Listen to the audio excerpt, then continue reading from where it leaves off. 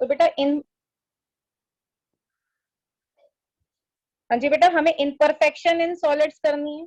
Imperfections का मतलब क्या होता है कि जो क्रिस्टलाइन सॉलिड होते हैं उनके अंदर कभी कभी कुछ इरेगुलरिटीज आती हैं उनकी अरेंजमेंट में।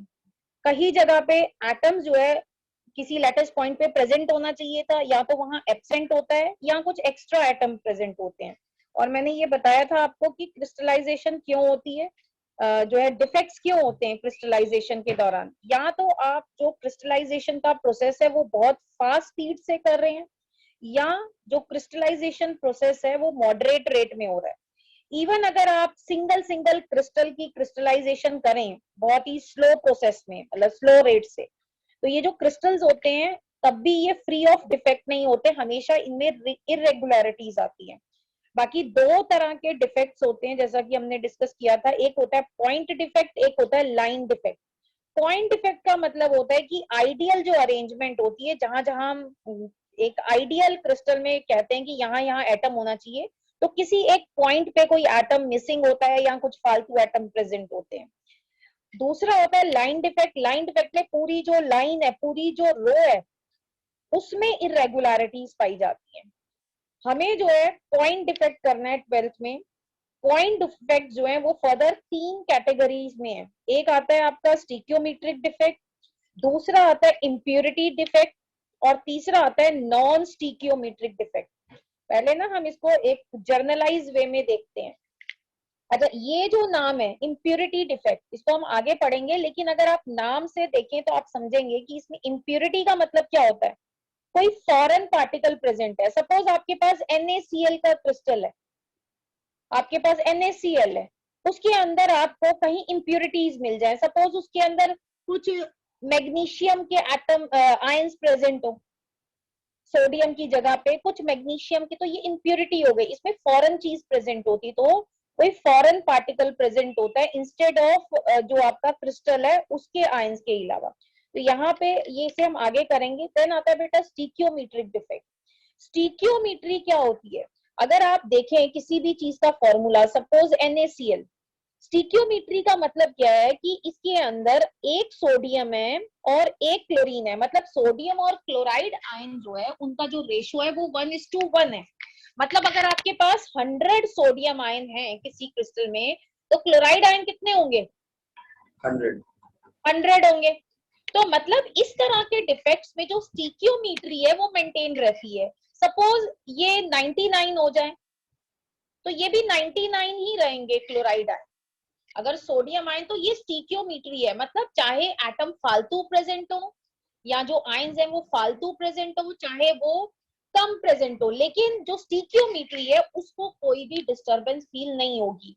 सपोज एक और एग्जांपल देख लेते हैं, जैसे आपका मैग्नीशियम क्लोराइड। इसमें अगर आप देखें इसकी स्टिक्योमेट्री क्या है, 1:2। मतलब इसमें मैग्नीशियम अगर एक होगा तो क्लोराइड आयन कितने होंगे? 2 होंगे।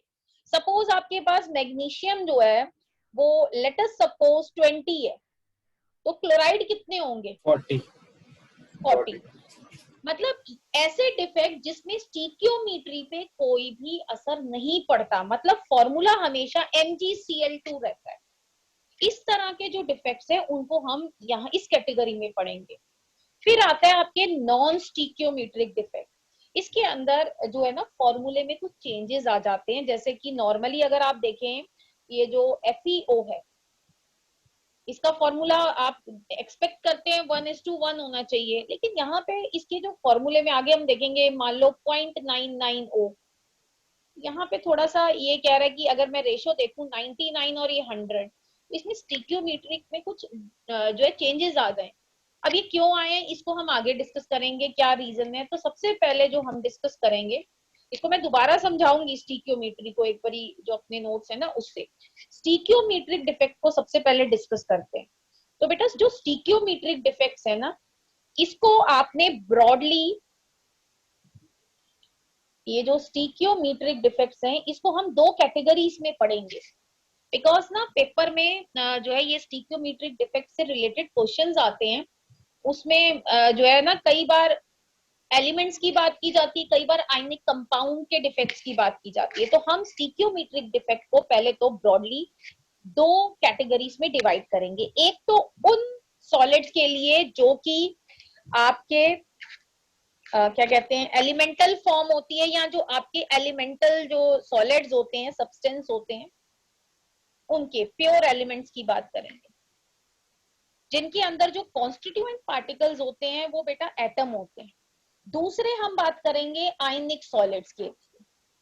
ये सबको समझ में आया कि हम दो कैटेगरीज में इनको पढ़ने वाले, एक तो आपके प्योर एलिमेंट्स की बात करें, दूसरा स्टीक्योमीट्रिक डिफेक्ट आयनिक कंपाउंड में भी होता है, तो उसमें पढ़ेंगे।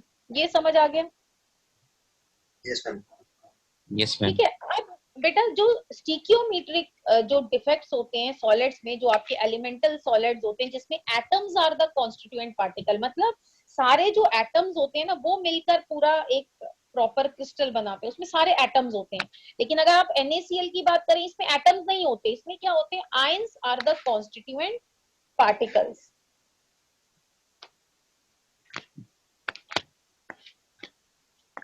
तो बेटा पहले हम अगर देखें, जो एलिमेंटल हमारी एलिमेंट्स होते हैं, जो सॉलिड्स होते हैं, इनमें अगर हम देखें दो तरह के स्टीक्योमीट्रिक डिफेक्ट्स होते हैं। एक मिनट। दो तरह के स्टीक्योमीट्रिक डिफेक्ट्स होते हैं। एक होता है आपका वैकेंसी डिफेक्ट, वैकेंसी, और दूसरा हम पढ़ेंगे जो हमारे कोर्स में इंटरस्टिशियल डिफेक्ट। दो डिफेक्ट पढ़ेंगे। अब वैकेंसी के नाम से आप देखिए, वैकेंसी का मतलब क्या होगा? वैकेंसी का मतलब क्या होता है? जगह खाली होनी। ठीक है। अब आप इसको हम अगर डायग्राम की फॉर्म में देखें, ये जो एनसीईआरटी में आपका दिया हुआ है डायग्राम, वैकेंसी डिफेक्ट में देखिए, नॉर्मली अगर ये क्रिस्टल परफेक्ट होता तो आप ये देखते कि इस जगह पे भी आपके जो एटम्स हैं वो प्रेजेंट होते। लेकिन वैकेंसी डिफेक्ट में क्या हुआ कि कुछ एटम्स जो हैं वो अपनी जगह पे प्रेजेंट नहीं है, मिसिंग है। तो मतलब टोटल अगर आप देखें, सपोज ये एक छोटा सा क्रिस्टल है, इसमें 1 2 3 4 5 6 7 8 9 10 11 12 लेटिस साइड थी। इस पे कितने एटम होने चाहिए थे बेटा? 12 होने चाहिए थे, पर 12 में से 10 मिसिंग। 12 में से जो 2 है ना वो मिसिंग है। यहाँ पे जो है ना, ये जहाँ पे मैंने ये क्रॉस डाला है, यहाँ पे कोई एटम प्रेजेंट नहीं। 12 होने चाहिए थे इस टोटल वॉल्यूम में। मतलब टोटल वॉल्यूम में जो मास होना चाहिए था वो 12 चीजों का होना चाहिए था, लेकिन अब मास किसका है? 10 चीजों का है। तो इसका मतलब डेंसिटी बढ़ेगी या घटेगी? वॉल्यूम तो सेम है, हाँ घटेगी। तो बेटा ये बड़ी इंपॉर्टेंट चीज आती है, कई बार पेपर में पूछा जाता है, ऐसा डिफेक्ट बताइए जहां पे डेंसिटी घटती है। तो उसमें एक एग्जांपल हो सकता है आपका वैकेंसी डिफेक्ट।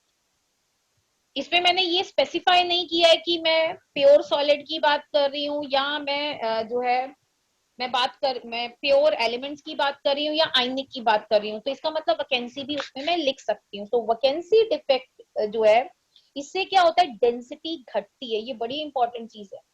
कुछ एटम अपनी लेटिस साइड पे प्रेजेंट नहीं होते हैं, कुछ लेटिस साइड वेकेंट होती है।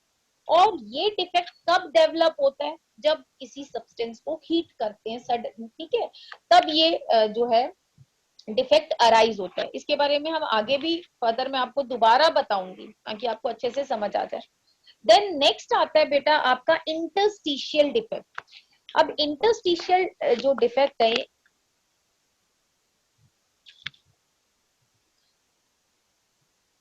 हाँ जी, इंटरस्टिशियल डिफेक्ट में बेटा यहाँ पे अगर आप ये देखें डिफेक्ट को, ये जो यहाँ पे एटम्स बने हुए हैं जिनको मैं रेड से मार्क कर रही हूँ, अभी आप इनको इग्नोर करें। इसके अलावा जो आपको एटम दिख रहे हैं वो नॉर्मल लेटिस साइड पे प्रेजेंट है, नॉर्मल। लेकिन ये जो एटम्स जो मैंने क्रॉस किए हैं, ये कहाँ प्रेजेंट है? ये जो बीच में होल्स होते हैं, बीच में जो आपकी जगह खाली है, वेकेंट स्पेसेस हैं, वहां पे प्रेजेंट है। इनको हम होल्स भी बोल देते हैं, या इनको हम इंटरस्टिशियल साइट्स भी बोल देते हैं। ये जो खाली जगह है, दीज आर इंटरस्टिशियल साइट्स। इसका मतलब ये हुआ, इंटरस्टिशियल साइट्स में कुछ फालतू एटम, मीन लेटेस्ट साइड पे तो होते हैं, इसके अलावा कुछ फालतू एटम इंटरस्टिशियल साइट्स पे भी प्रेजेंट होते हैं। तो इस तरह के डिफेक्ट को इंटरस्टिशियल डिफेक्ट बोलते हैं। और इसमें डेंसिटी घटती है या बढ़ती है? इंक्रीज। हाँ, इसमें जो डेंसिटी है इंटरस्टिशियल डिफेक्ट में इट इंक्रीजेस, डेंसिटी आपकी जो है वो इंक्रीज करेगी। मैम ये फिर सेम एलिमेंट के एटम बैठ हाँ, अब ये सेम, हाँ वही तो मैंने बोला सेम एलिमेंट के, इसीलिए तो बेटा स्टीकियोमेट्री जो है वो आपकी मेंटेन रहती है, क्योंकि जो प्योर एलिमेंट है, मान लीजिए सोडियम है मेरे पास, मान लीजिए सोडियम का या कॉपर का क्रिस्टल है पूरा, क्योंकि ये मेटालिक सॉलिड्स हैं सारे, इसका क्रिस्टल है, इसमें तो कोई साथ में कोई जो काउंटर आयन या ये जो साथ में कोई आयन तो प्रेजेंट है नहीं। अब कॉपर के जो एटम्स है मैं वो 100 ले लूं, 99 ले लूं, 200 ले लूं, तो स्टीकियोमेट्री तो यहाँ पे आती ही नहीं है, मेंटेन रहती है। क्यों? क्योंकि इसके अंदर कोई साथ में कोई कटायन या अनायन तो प्रेजेंट है नहीं जिसके साथ हमने इसका रेशो देखना है। तो इसीलिए इस तरह के जो डिफेक्ट्स होते हैं, वैकेंसी और इंटरस्टिशियल डिफेक्ट, ये नॉन आयनिक सॉलिड, जो मैं कह रही हूँ ना प्योर जो सॉलिड्स एलिमेंट्स की बात करूं, या इनको हम बोलते हैं नॉन आयनिक सॉलिड, जिनमें आयंस नहीं होते, उनमें एग्जिस्ट करते हैं। बाकी इसमें जो है सॉलिड की जो इलेक्ट्रिकल, जबकि जो आयनिक सॉलिड्स हैं वो अलग है, उनके बारे में हम आगे पढ़ेंगे। ये समझ आ गया सबको, ये 2 पॉइंट?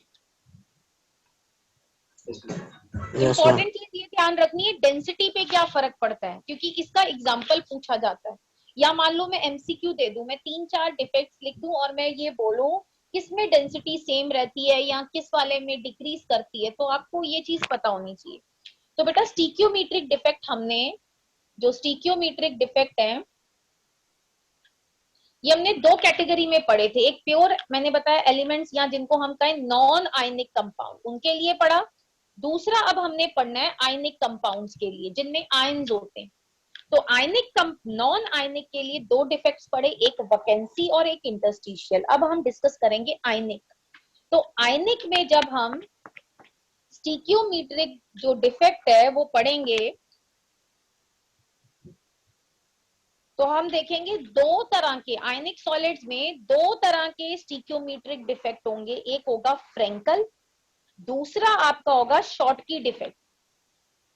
मैं एक बार ना ये जो टॉपिक है इसको मैं दोबारा आपको समझाऊंगी ओवरऑल, जैसे अभी बताने के बाद, ताकि मैं नोट से भी समझा सकूं प्रॉपर। ठीक है, तो पहले आता है फ्रेंकल डिफेक्ट। फ्रेंकल डिफेक्ट और शॉर्टकी डिफेक्ट ये दोनों याद रखने हैं। इन दोनों में हम किस चीज की बात कर रहे हैं? हम आयनिक सॉलिड्स की बात कर रहे हैं, और ये दोनों ही स्टीकियोमेट्रिक डिफेक्ट्स हैं, मतलब इसमें स्टीकियोमेट्री मेंटेन रहती है। सपोज आप NaCl का क्रिस्टल लेते हैं, तो इसके अंदर क्या होगा, जो Na और Cl चाहे जितने भी मिसिंग हो या एक्स्ट्रा प्रेजेंट हो, रेशो हमेशा 1:1 मेंटेन रहेगा। सपोज मैग्नीशियम क्लोराइड है, चाहे आप कुछ भी करें, चाहे कोई एटम एक्स्ट्रा ऐड करें चाहे कोई घटाएं, रेशो आपका इट ऑलवेज रिमेन 1:2 मैग्नीशियम और क्लोराइड आयन का। ठीक है, अब हम पहले डिस्कस करेंगे फ्रेंकल डिफेक्ट। इसके लिए आप ये जो डायग्राम है ना इसको ध्यान से देखें। पहले तो फ्रेंकल डिफेक्ट के डायग्राम को आप देखें।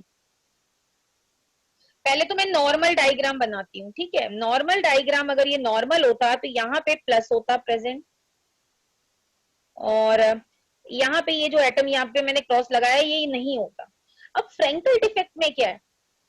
फ्रेंकल डिफेक्ट में यहाँ पे अगर इस पोजीशन को, इसको मैं ब्लू कलर से लिखती हूँ, ये वाली पोजीशन देखो, यहाँ पे बेटा क्या होना चाहिए था? कटायन प्रेजेंट होना चाहिए था, ये लेटिस पॉइंट है।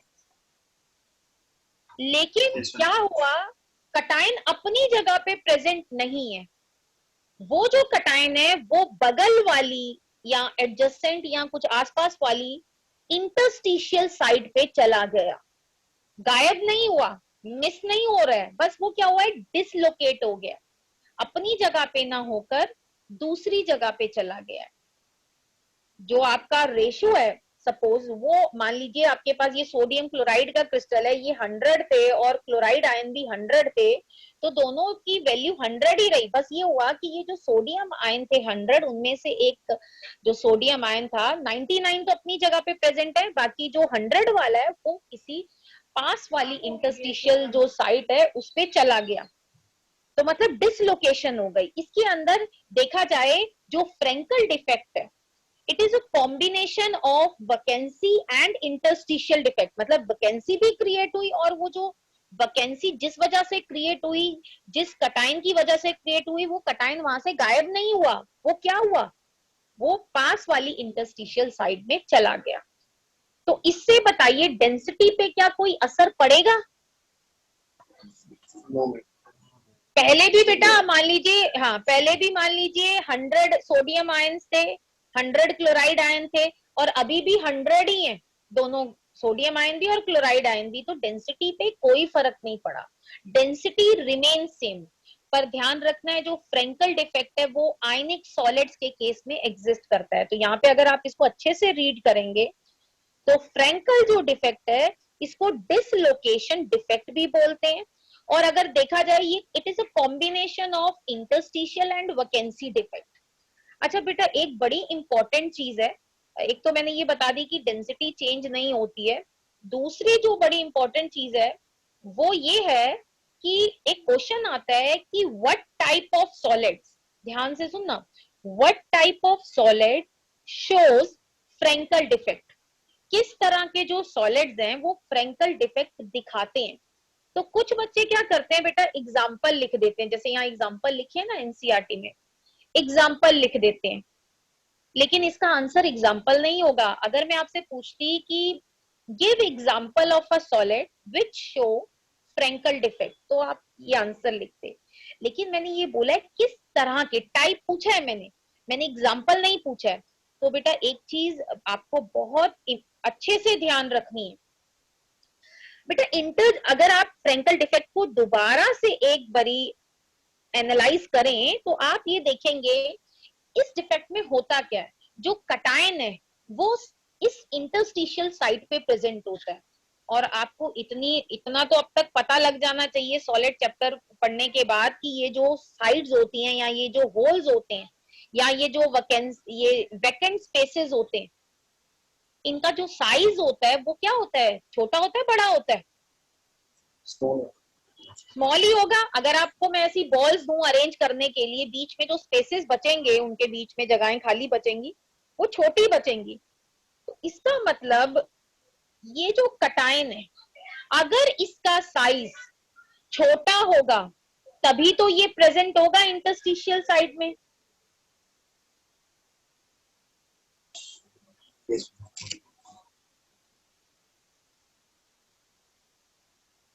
हाँ जी बेटा, अगर इसका साइज छोटा होगा आपका इंटरस्टिशियल, ये जो कटायन है, तभी ये इंटरस्टिशियल साइड में प्रेजेंट होगा। अगर इस कटायन का साइज लार्ज होगा, क्या ये यहाँ पे फिट हो पाएगा?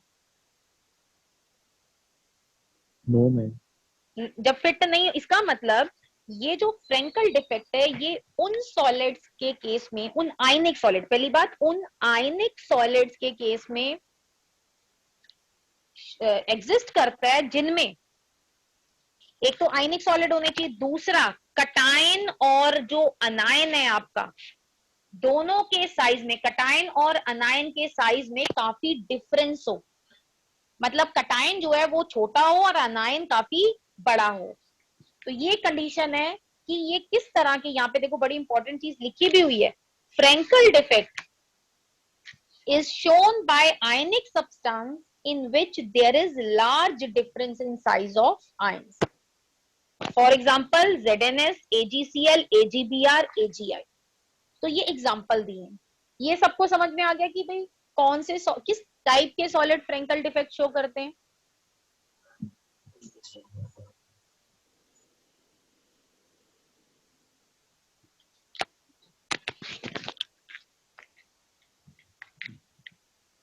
हाँ जी बेटा, ये समझ में आ गया कि किस टाइप के सॉलिड जो है वो फ्रेंकल डिफेक्ट शो करते हैं। Yes ma'am. Yes ma'am. ठीक है, अब इसमें एक तो एग्जाम्पल पूछ सकते हैं। अच्छा बेटा, एक और क्वेश्चन आता है, मान लो मैं ये कह दूं कि जो जिंक सल्फाइड है ये फ्रेंकल डिफेक्ट शो करता है, why it show Frenkel defect. तो इसका आंसर ये आएगा because difference in size of Zn2 plus and sulphide ion is very large. ठीक है ना, क्योंकि ये जो आपका जिंक सल्फाइड है इसमें जिंक का साइज ज्यादा छोटा है देन सल्फाइड से, इस वजह से। ठीक है, नेक्स्ट आता है बेटा आपका शॉर्टकी डिफेक्ट। तो नेक्स्ट जो शॉर्ट की डिफेक्ट है, ये बेसिकली वैकेंसी डिफेक्ट है आयनिक सॉलिड में। लेकिन देखिए इसमें फर्क है वैकेंसी से। वैकेंसी डिफेक्ट जो हमने पीछे पढ़ा था, उसके अंदर अगर आप देखें, उसमें सारे के सारे एटम्स ही होते हैं, वो नॉन आयनिक सॉलिड्स होते हैं जिनमें आयंस नहीं होते, लेकिन ये आयनिक सॉलिड्स हैं। पर ध्यान रखना है स्टीकियोमीट्रिक डिफेक्ट है, स्टीकियोमीट्रिक पे कोई असर नहीं हो पड़ना चाहिए। तो इसमें क्या होगा बेटा, आप इनको एनालाइज कीजिए दोबारा से। ये जो शॉर्ट की डिफेक्ट का क्रिस्टल दिया हुआ है यहाँ पे, जहां पे मैं एरो लगा रही हूँ, जो पहला वाला एरो है वहां पे क्या मिसिंग है, कटायन, और जो नीचे वाला है अनायन। ऐसे ही आगे इधर देखेंगे, यहाँ पे इधर वाले में कटायन मिसिंग है, सॉरी अनायन मिसिंग है, और यहाँ पे कटायन मिसिंग है। मतलब equal number of cation and anion are missing. हम पूरा इक्वल नंबर नहीं कहेंगे, जैसे अगर सोडियम क्लोराइड है, अभी पहले ध्यान से देख लेंगे, अगर आपके मान लीजिए पहले 100 थे तो स्टीकियोमीट्रिक सपोज Na+100 थे, Cl- भी 100 थे, मान लीजिए इक्वल नंबर मिसिंग है। अब ये 90 हो गए, 10 मिसिंग हो गए, दोनों ही 10-10, मतलब स्टीकियोमीट्री जो है वो मेंटेन रही, तो इसमें इक्वल नंबर आ जाएगा। लेकिन अगर सपोज, क्योंकि इन्होंने जो एग्जांपल दिया हुआ है ना, वो A+B- का दिया हुआ, जिनमें जो आपका चार्ज कटायन पे +1 और अनायन पे -1 होता है। लेकिन अगर मान लो बेटा MgCl होता, MgCl2, तो इसमें क्या होता, अगर मान लो पहले शुरू में ये 100 और ये 200 थे, अब अगर ये 80 होंगे तो क्लोराइड आयन कितने मिसिंग होने चाहिए? 40. क्योंकि 80 ये हैं तो ये कितने होने चाहिए? 40 है ना मिसिंग। तो रेशो जो है वो अगर आप ओवरऑल देखें तो 1:2 रहना चाहिए। तो इस तरह से जो ये शॉर्ट की डिफेक्ट है वो डेंसिटी पे क्या असर डालेगा आप बताइए। अगर वैकेंसी क्रिएट हो जाती है, नंबर ऑफ कटायन एंड अनायन जो है वो कम हो जाते हैं, तो डेंसिटी क्या होगी, घटेगी या बढ़ेगी? घटेगी। तो शॉर्ट की घटेगी। डिफेक्ट में डेंसिटी घट जाती है। और ये जो डिफेक्ट है, अब इसमें भी सेम क्वेश्चन आता है कि जो शॉर्ट की डिफेक्ट है वो किस तरह के सॉलिड्स जो हैं वो शो करते हैं। तो बिकॉज बेटा इसके अंदर एटम्स जो आयंस हैं वो अपनी जगह से मिसिंग होते हैं। इसके अंदर अगर कटायन इस तरह के जो शॉर्ट की डिफेक्ट होता है, वो जो है वो आयनिक कंपाउंड शो करते हैं जिनमें कटायन और अनायन दोनों का जो साइज होता है वो सिमिलर होता है,